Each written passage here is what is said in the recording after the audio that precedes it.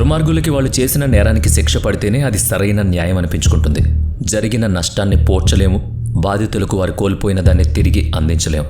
కానీ నేరస్తులకు తగిన దండన విధించబడితేనన్న కొంచెం సాంత్వన కలుగుతుంది. నేరం అది చేసిన అపరాధి, అందుకు శిక్ష పడిన సంఘటన ఇది. అయితే న్యాయం, చట్టం రెండూ ఘర్షణ పడ్డాయి. నేరానికి సంబంధించి తగిన రుజువుల విషయంలో సందిగ్ధత అందుకు కారణమైంది. మీకు విషయం ఇప్పుడే చెప్పాలి. ఈ కేసులో ఇరువైపులా ఎవ్వరికీ న్యాయం జరగలేదు. చనిపోయిన వ్యక్తి న్యాయం పొందలేదు, అపరాధిగా భావించిన వ్యక్తికి న్యాయం అందలేదు. అదేంటి అంటారా? అందుకే అత్యంత అరుదైన సంఘటనగా భావించిన కేసు ఇది హితల్ పారేఖ్ అనే యుక్త వయసు బాలికకు చెందిన వ్యాజ్యం, అంటే కేసు. అది 1990 మార్చి 5వ తేదీ దక్షిణ కోల్కతాలోని ICSE స్కూల్లో చదువుతున్న 18 ఏళ్ల హితల్ పారేఖ్ ఆ రోజు మధ్యాహ్నానికి స్కూల్లో పరీక్ష రాసి ఇంటికి తిరుగు ప్రయాణం కట్టింది. ఆనంద్ అపార్ట్మెంట్లో ఒక వాటాలో వాళ్ళ కుటుంబం నివాసం ఉంటుంది. తల్లి, తండ్రి, అన్న, ఆమె, మొత్తం 4. ఆ రోజు మధ్యాహ్నం ఆమె ఇంట్లో వచ్చేసరికి తండ్రి, అన్న ఇంట్లో లేరు. 3వ అంతస్తులో ఉండే తమ వాటాకు వెళ్ళడానికి సాధారణంగా ఆమె లిఫ్ట్ ఉపయోగిస్తుంది. ఆ రోజు అలాగే పైకి వెళ్ళింది. అక్కడ ఎదురైన పక్కింటి ఆమెతో 4 మాటలు మాట్లాడింది. దాని తర్వాత వాళ్ళ ఇంట్లోకి వెళ్ళిపోయింది. ఆ పక్కింటి ఆమె హితల్ను చివరిసారిగా చూసింది అప్పుడే. అసలు హితల్ జీవించి ఉంటే కదా ఎవరికంటన్నా పడ్డానికి. ఆమెను చూసింది మళ్ళీ మాల వేసిన ఫోటోలోనే. ఆ రోజు సాయంత్రం 5:20 హితల్ తల్లి పక్క వీధిలోని కనకదుర్గమ్మ ఆలయానికి వెళుతూ కూతుర్ని ఇంట్లోనే ఉండమని చెప్పింది. ఒక అర్ధగంటలోనే ఆవిడ ఇంటికి తిరిగొచ్చేసింది. ఆవిడ తలుపులు నెట్టగా అవి లోపల వైపు గడియ వేసుకున్నాయి. అమ్మాయి నిద్రపోవడమో దేహావసరానికి వెళ్లడమో జరిగిందని భావించి హితల్ తల్లి గుమ్మం వద్దే కాసేపు వేచి ఉంది. తర్వాత మళ్లీ తలుపు తట్టినా, కాలింగ్ బెల్ కొట్టినా హితల్ తలుపు తెరవలేదు. అప్పుడు ఆమెలో ఆందోళన మొదలైంది. సెక్యూరిటీని, లిఫ్ట్ మ్యాన్ను పిలిచి చూడమని కోరగా వాళ్లు ప్రయత్నించి చివరకు బలప్రయోగంతో లోపల గడియ విరియేలా తలుపులు తోసుకుని 3 లోపలికి అడుగుపెట్టారు. అక్కడ హితల్ తన గదిలో తల పగిలి పడిపోయింది. ఆమె ఒళ్లంతా గాయాలే ఉన్నాయి. అంతే, హితల్ తల్లి గుండె లవసేలా అరుస్తూ కూతుర్ని హత్తుకుని చూసింది. అప్పటికే ఆ అమ్మాయిలో ప్రాణం లేదు. అపార్ట్మెంట్ మొత్తం ఆ ఇంటికి గుమిగూడింది. హితల్ తల్లిని ఓదార్చడం ఎవ్వరితరం కాలేదు. ఇల్లంతా అపార్ట్మెంట్ వాసులతో నిండిపోయింది. నేర సంఘటనా స్థలంలోకి ఎవరినీ రానియకుండా కట్టడి చేసేది అందుకే. ఆధారాలు చెదిరిపోతాయి. వచ్చిన వాళ్ళందరి ఆనవాళ్లు అక్కడ నేరగాడి ఆనవాళ్లతో కలిసిపోతాయి. ఒక్కోసారి ఆధారాలు పూర్తిగా చెదిరిపోతాయి. హితల్ దుర్మరణంలోనూ ఆనవాళ్లు లభించక, నేరస్తుడు చేజిక్కక, అసలు కారణమేంటో తెలియక చాలా జాప్యం జరిగిపోయింది. సుదీర్ఘ జాప్యం వల్ల సదరు అపరాధి తప్పించుకోవడానికి మరింత వెసులుబాటు దొరుకుతుంది. హంతకుడు ఒక పట్టాన పట్టుబడలేదు. తమ కుటుంబానికి, హితల్కి ఎవరితో వైరం ఉందో ఆ తల్లిదండ్రులకు, అన్నయ్యకు అర్థం కాలేదు. తమ అమ్మాయికి జరిగిన ఘోరానికి గుండెలు పగిలేలా ఏడవడం తప్ప వాళ్ళేం చేయలేకపోయారు. అయినా ఏదో ఆశ కొద్దీ హాస్పిటల్కు ఫోన్ చేయగా వచ్చిన అంబులెన్స్లోని డాక్టర్ హితల్ను పరీక్షించి అప్పటికి కనీసం గంట క్రితమే ఆమె ప్రాణం కోల్పోయిందని ధృవీకరించారు. ఇక విషయం పోలీసులకు చేర్చబడింది. నేరం జరిగిన 3 గంటలకు సమాచారం అందుకున్న పోలీసులు ఆనంద్ అపార్ట్మెంట్కి వచ్చారు. అంటే ఎవరో ఒకరు పూనుకుని వెనువెంటనే చెప్పాల్సింది. కానీ ఫిర్యాదు చేయడానికి కూడా చాలా సమయం తీసుకున్నారు. అక్కడ హితల్ హత్య విషయంలో ఆ ఆలస్యమే కొంపముంచింది. శవ పరీక్షలో హితల్ను అత్యాచారం చేసి చంపేసినట్లు ఫోరెన్సిక్ బృందం నిర్ధారించింది. ఆమె శరీరంపై 22 చోట్ల దారుణమైన గాయాలున్నాయి. హంతకుడు దాడి చేసినందువల్ల, ఆమె పెనుగులాడినందువల్ల బలమైన గాయాలే తగిలాయి. ఇక ఆమెను పీక నొక్కి ఊపిరాడకుండా చేసి హతమార్చారు. క్రైమ్ సీన్ చెదిరిపోయినా కానీ ఒక 3 ఆధారాలు పోలీసులు సేకరించారు. ఒక రిస్ట్ వాచ్ దొంగిలించబడింది. ఒక చొక్కా, ప్యాంట్లం కూడా మాయమయ్యాయి. అలాగే సంఘటనా స్థలంలో చొక్కా గుండె ఒకటి దొరికింది. వాటితోనే నేర పరిశోధన చేయడానికి పూనుకున్నారు పోలీసులు. సంఘటనా సమయంలో హితల్ తండ్రి, అన్నలు ఇంట్లో లేరు. ఆమె తల్లి కూడా గుడికి వెళ్ళింది. ఆ రోజు సాయంకాలం 5:20 గుడికి వెళ్లిన ఆమె తిరిగి 5:50 ఇంటికి చేరుకుంది. ఆ మధ్య ఉన్న 30 నిమిషాల వ్యవధిలోనే దుర్ఘటన జరిగిపోయింది. తల్లి గుడికి వెళ్లే ముందు హితల్ చాలా మామూలుగానే ఇంట్లో ఉంది. తల్లి తిరిగి వచ్చేసరికి తలుపులు లోపల వైపు గడియ వేస్తున్నాయి. మరి ఆ అర్ధగంట వ్యవధిలో అపార్ట్మెంట్కు ఎవరొచ్చారో తెలియాలి. అలా శోధించగా 25 ఏళ్ల ధనుంజయ్ పేరు పోలీసుల్ని ఆకట్టుకుంది. అతను అపార్ట్మెంట్ సెక్యూరిటీ గార్డే కావడం పోలీసుల్ని ఆశ్చర్యపరిచింది. హితల్ తల్లి ఆలయానికి వెళ్ళింది సాయంకాలం 5:20.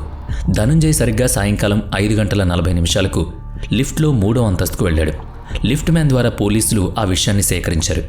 ధనుంజయ్ పైకి వెళ్లడాన్ని ఆ అపార్ట్మెంట్ తాలూకు మరో సెక్యూరిటీ గార్డ్ గమనించాడు కూడా.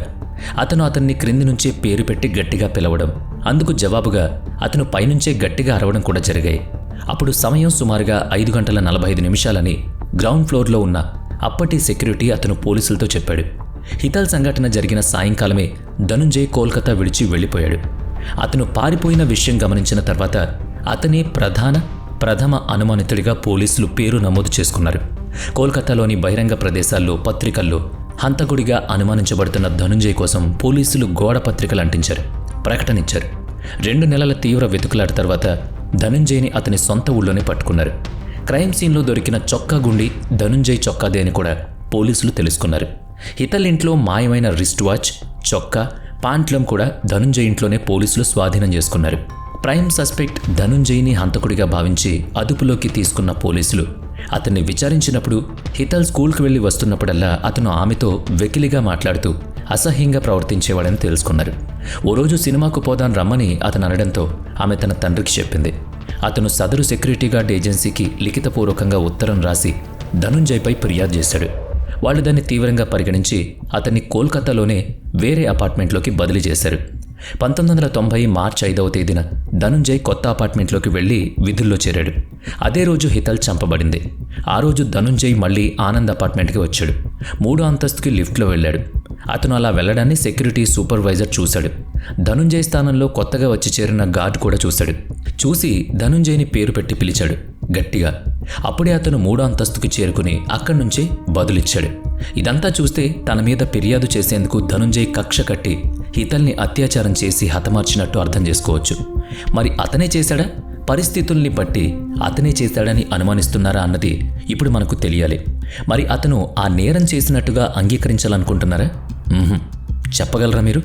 అతనిపై ఫిర్యాదు చేయడంతో అతను బదిలీ చేయడం, ప్రతీకారంగా అత్యాచారం చేసి హత్య గావించడం, అందుకు తగ్గట్టుగా అతని వద్దనే ఆధారాలు దొరకడంతో సదరు వ్యాజ్యం ముగిసినట్టు అనిపిస్తోంది కదా. అలాగైతే అది సాధారణ కేసే అవుతుంది కదా. మనం ఊహించని మలుపులెన్నో ఉన్నాయి ఇక్కడ. మొత్తం సంఘటనను ఒకసారి పునరాలోచన చేద్దాం. సాయంత్రం 5:20 గుడికి వెళ్లిన హితల్ తల్లి మరలా 5:50 ఇంటికొచ్చేసింది. అంటే అరగంట సమయం. ధనుంజయ్ 3వ అంతస్తులోకి వెళ్ళగా సెక్యూరిటీ గార్డ్, లిఫ్ట్ మ్యాన్ చూసింది సాయంకాలం 5:45. గ్రౌండ్ ఫ్లోర్ నుంచి 3rd ఫ్లోర్కి చేరాలంటే కనీసం ఒక 5 నిమిషాల సమయం పడుతుందనుకుందాం. అంటే ధనుంజయ్ 5:40 అపార్ట్మెంట్కు వచ్చి ఉండాలి. పైకి వెళ్లేసరికి 5:45 అవుతుంది. వీళ్ళు కింది నుంచి పిలిస్తే అతను పైనుంచి బదులిచ్చాడు.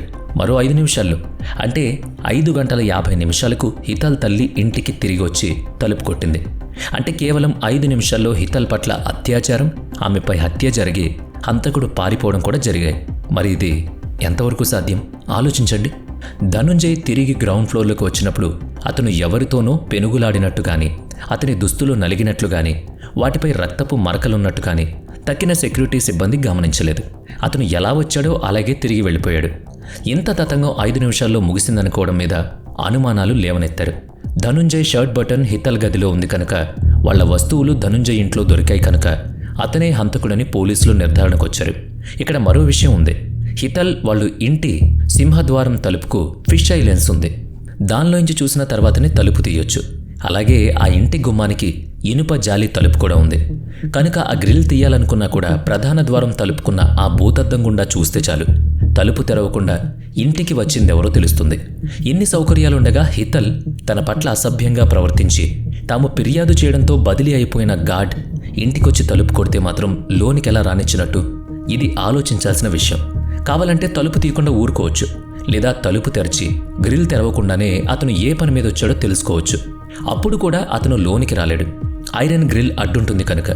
అంటే హితల్ తానే అతన్ని లోపలికి రానిచ్చిందనుకోవాలా? ఇదేదో తికమక్గా ఉంది కదా. పోనీ అలానే జరిగిందనుకుంటే హితల్ తల్లి వచ్చి తలుపు కొట్టింది కదా, అప్పుడు అది లోపలి వైపు గడియ పెట్టుంది కదా. ధనుంజయ్ లోపల లేడు. 5 నిమిషాల్లోనే అతను హితల్ని అత్యాచారం చేసి హతమార్చి ఇంట్లోంచి బయటకొచ్చి పారిపోయి ఉంటే ఇంటి తలుపులు లోపల వైపు గడియ ఎలా పడ్డాయి? వేసిందెవరు? ఇలాంటి ప్రశ్నలు చాలా ఉన్నాయి. అది అపార్ట్మెంట్ పోర్షన్ కనుక వెనుక వైపు మరో ద్వారం ఉండడం అనేది జరగదు. ఉన్నదల్లా సింహద్వారం ఒక్కటే, అందులోనూ 3rd ఫ్లోర్. రాకపోకలకు అదే మార్గం. అలాగని అదేమీ ఆటోమేటిక్ లాక్ పడిపోయే తలుపు కూడా కాదు. మరి హితల్ పట్ల దారుణంగా ప్రవర్తించి ఆమె ఉసురు తీసిన హంతకుడు ధనుంజయనా, కాకపోతే ఎవరు? మరి దొరికిన ఆధారాల మాటేంటి? ముగిసిందనుకున్న ఈ కేసు ఇప్పుడు కొత్త చిక్కుముళ్లను వేసిందేంటి అనుకుంటున్నారా? సరే, ఈ విషయాలను కొనసాగింపు వీడియోలో చూద్దాం. కొనసాగింపు వీడియోలా అంటే ఎన్ని? మరి అదే కదా. ఈ కథకు మరో 2 భాగాలున్నాయి, 2 పార్శ్వాలు. అలా ఎలా అంటారా? వాటిని కూడా చూశాక, వాటిని విన్నాక మీకే అర్థమవుతుంది 2 పార్శ్వాలు చాలా తక్కువ అని. ఈ సంఘటన లేవనెత్తిన సందేహాలకు 2వ భాగంలో పరిష్కారం దొరుకుతుందేమో చూద్దాం. చిన్నగా అనిపించే ఈ విషయాలు చాలా పెద్ద దారి చూపిస్తున్నాయి. మరి ఇప్పటికీ మీరు నేరస్తుడు ఎవరని గెస్ చేస్తున్నారో కామెంట్ చేయండి.